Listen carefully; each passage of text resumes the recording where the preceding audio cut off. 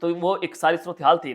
لیکن جناب اب جو خبر ہے رات گئے سپریم کورٹ آف پاکستان سے براہ راست خبر آئی ہے کہ چیف جسٹس آف پاکستان قاضی فائد عیسیٰ کی جناب آخری رسومات جو ہیں ان کو ادا کر دیا گیا ہے اور ایک اور خط منظر عام پر آیا ہے. اب یہ خط کیا ہے, آخری رسومات کس طرح سے ادا ہوئی ہیں, قاضی صاحب کو اب گھر جانا پڑے گا. آج جناب یہ کاٹا لگ چکا ہے قاضی کی ایکسٹینشن کے اوپر. یہ میں خبر بڑی اہم دینے لگا ہوں جناب. آج سپریم کورٹ آف پاکستان میں 63A کے اوپر جو ہے وہ نظر ثانی کیس کی سماعت تھی. وہ سماعت آپ نے دیکھی, جسٹس منیب اختر صاحب کی ایک خط نے قاضی صاحب کی پرخچے اڑا کر رکھ دیے.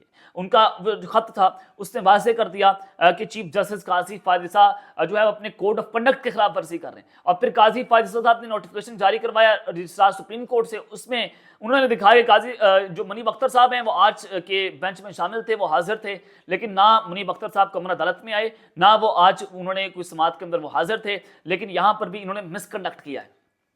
قاضی فائد عیسیٰ صاحب نے کوشش کر رہے ہیں کہ وہ ایکسٹینشن لینے کی تگدو کر رہے ہیں, لیکن ایکسٹینشن ان کو نہیں مل رہی.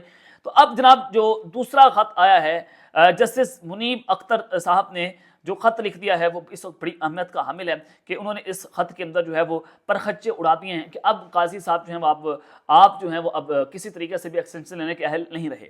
جسٹس منیب اختر صاحب نے چیف جسٹس کے آرٹیکل 63A نظر ثانی کیس کی سماعت کا تحریری حکم نامہ غیر قانونی قرار دے دیا ہے کہ یہ غیر قانونی کام ہے. سناٹی لسٹ پر دوسرے نمبر پر موجود جسٹس منیب اختر نے ان کی عدم شرکت کے باوجود چیف جسٹس قاضی فائد عیسیٰ کی جانب سے آرٹیکل 63A کے نظر ثانی کیس کی سماعت کا عدالتی حکم نامہ جاری کرنے پر قانونی اعتراضات جو ہیں وہ اٹھا دیے ہیں کہ آج جسٹس منیب اختر تو شامل نہیں تھے, اس میں ان کو حاضر قرار دیا گیا اور انہوں نے رجسٹرار سپریم کورٹ کو اپنے خط کے اندر لکھا, انہوں نے موقف اختیار کیا کہ میں آج کے سماعت کے حکم نامے پر احتجاج ریکارڈ کروانا چاہتا ہوں. آج کے سماعت کا حکم نامہ جوڈیشل آرڈر نہیں, آرٹیکل 63A کی تشریح سے متعلق نظر ثانی کیس کے حکم نامے کی کوئی حیثیت نہیں ہے. میں آپ تمام کی توجہ ایک بار پھر اپنے سابقہ نوٹ پر مبذول کروانا چاہتا ہوں.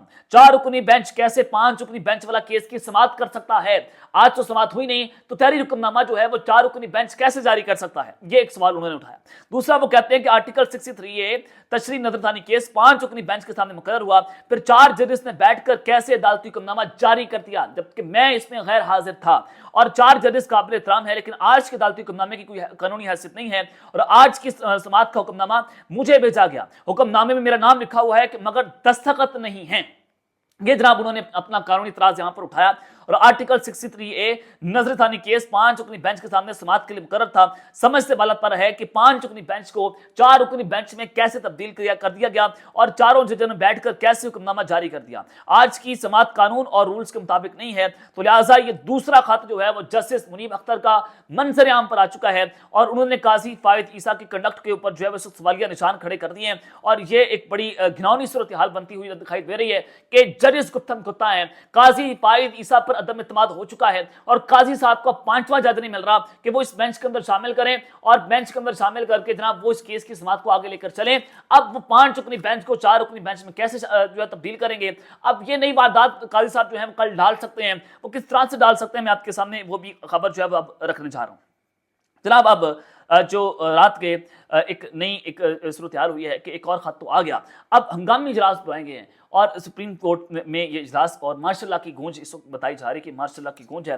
ایک جانب تو قاضی فائد عیسیٰ صاحب جو ہیں وہ ان کے خلاف جسٹس منیب اختر صاحب نے ان کے پریکٹس اینڈ پروسیجر کمیٹی کے ذریعے جو بینچ بنایا گیا, حالانکہ جسٹس منصور اس میں غیر حاضر تھے, اس پر انہوں نے سوالیہ نشان اٹھائے. آج کے جو عدالتی حکم نامہ ہے اس پر انہوں نے سوالیہ نشان کھڑے کر دیے. 2 خط جو ہیں مختلف ہیں.